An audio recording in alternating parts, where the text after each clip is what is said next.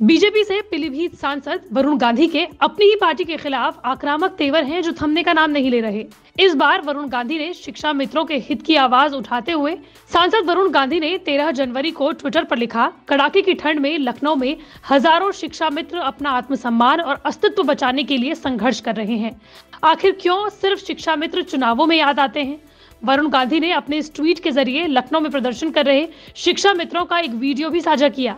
2020 से ही वरुण गांधी किसान आंदोलन से अपनी ही सरकार के खिलाफ आक्रामक हैं, लेकिन 2024 के लोकसभा चुनावों से पहले वरुण के हमले और ज्यादा तेज हो गए हैं। 2009 में पहली बार वरुण गांधी पीलीभीत से सांसद बने थे। ये सीट उनकी मां मेनका गांधी की थी। 2009 वो समय था जब वो अपने आक्रामक भाषणों की वजह से विवादों में आए थे और हिंदू फायर ब्रांड नेता बन गए थे, जिसके बाद बीजेपी ने उन्हें कई राज्यों में प्रचार करने तक की जिम्मेदारी दे दी थी।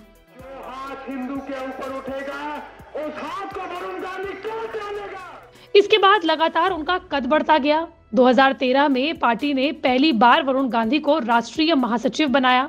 पश्चिम बंगाल का प्रभारी बनाया गया।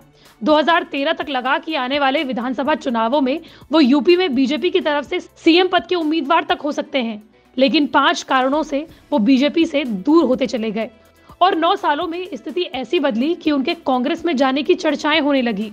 पहला कारण, उनको बीजेपी में कोई बड़ा पद ना मिलना। फरवरी 2004 में जब वरुण गांधी और उनकी मां मेनका गांधी बीजेपी में शामिल हुए तो उस वक्त लोकसभा चुनाव होने वाले थे। वरुण को लगा कि आने वाले लोकसभा चुनावों में बीजेपी के वो कैंडिडेट होंगे, लेकिन ऐसा हुआ ही नहीं। बीजेपी ने मां मेनका गांधी को तो टिकट दिया, लेकिन वरुण गांधी को ना तो कोई जिम्मेदारी दी गई और ना ही टिकट। डिजिटल न्यूज को 2018 में इंटरव्यू देते हुए पत्रकार विजय त्रिवेदी बताते हैं कि वरुण उस वक्त भी आडवाणी और वाजपेयी से काफी नाराज थे और वो इस कदम को अपने साथ धोखा मान रहे थे। दूसरा कारण, साल था 2013। एक साल बाद 2014 में लोकसभा चुनाव होने वाले थे।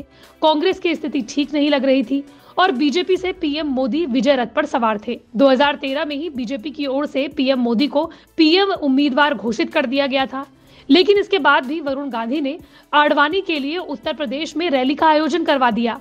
ये रैली आडवाणी के लिए पीएम रेस में रहने के लिए शक्ति प्रदर्शन के तौर पर देखी गई, जिसकी वजह से वरुण प्रधानमंत्री मोदी की रडार पर आ गए। तीसरा कारण, वरुण गांधी का मोदी का करीबी ना रहना। वरुण गांधी के 2013 में मोदी के खिलाफ जाकर आडवाणी के लिए रैली करना उनके लिए इतना खतरनाक साबित हुआ कि बीजेपी ने उन्हें कोई अहम पद दिया ही नहीं।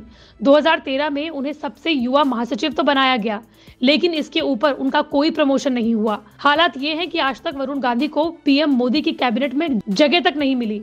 उनकी पीएम मोदी से आज तक कोई फॉर्मल मुलाकात तक नहीं हुई। वो इन 9 सालों में एक दूसरे से 4-5 बार मिले हैं, लेकिन अकेले में शायद ही दोनों की चर्चा हुई हो। चौथा कारण, साल 2016 में यूपी के ऐतिहासिक 2017 के विधानसभा चुनावों से पहले बीजेपी का इलाहाबाद में अधिवेशन होना था, जिसमें यूपी चुनावों के लिए रूपरेखा तैयार होनी थी। लेकिन इससे पहले इलाहाबाद से लेकर यूपी तक में सारे शहर में वरुण गांधी के पोस्टर पटे पड़े थे, जिसमें उनको प्रदेश का भावी सीएम दर्शाया गया था। जबकि 2014 के बाद से बीजेपी में ये ट्रेंड रहा है कि या तो हर चुनाव पीएम मोदी के चेहरे पर लड़ा गया हो या फिर बीजेपी हाईकमान तय करती है कि किसके चेहरे पर चुनाव लड़ा जाएगा। लेकिन वरुण गांधी ने इन बातों को नजरअंदाज करते हुए खुद को सीएम उम्मीदवार बता दिया, जिससे हाईकमान खफा हो गया। हालात ये हो गए कि 2017 के विधानसभा चुनावों में उन्हें प्रचार तक के लिए नहीं बुलाया गया और 2019 में उनकी मां तक को कैबिनेट से हटा दिया गया। पांचवा कारण, किसान आंदोलन। किसान आंदोलन के दौरान जहां मोदी सरकार वैसे ही अंडर प्रेशर थी, उस समय पीलीभीत सांसद वरुण गांधी ने सरकार के खिलाफ मोर्चाबंदी शुरू कर दी। मोदी सरकार के 3 कृषि कानून के खिलाफ जब पूरे देश में आंदोलन शुरू हुआ तो वरुण गांधी ने भी पार्टी लाइन से आगे बढ़ गए। उन्होंने सोशल मीडिया और अखबारों में लेख के जरिए पीएम मोदी पर जमकर निशाना साधा।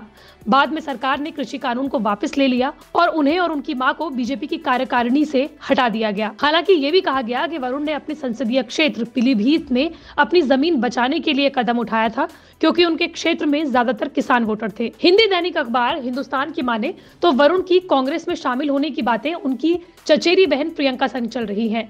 बताया जा रहा है कि दोनों भाई बहनों की परिवार को लेकर बातें तो पहले भी चलती थी, लेकिन अब बातें राजनीति को लेकर भी चल रही हैं। वैसे तो वरुण बीजेपी से नाता तोड़ते हैं तो उनके पास जाने के लिए कई दल हैं। एसपी, आरएलडी और बीएसपी के लिए वरुण गांधी बेहतर नेता होंगे और वो हाथों हाथ वरुण गांधी को अपनी पार्टी में शामिल भी कर लेंगे। लेकिन माना जा रहा है कि वरुण नेशनल पॉलिटिक्स में ज्यादा दिलचस्पी रख रहे हैं और ऐसे में वो अपने पिता की पार्टी कांग्रेस में जाना ज्यादा पसंद करेंगे। हालांकि सवाल ये भी पूछा जा रहा है कि क्या वरुण को कांग्रेस में जाने से कोई फायदा भी होगा।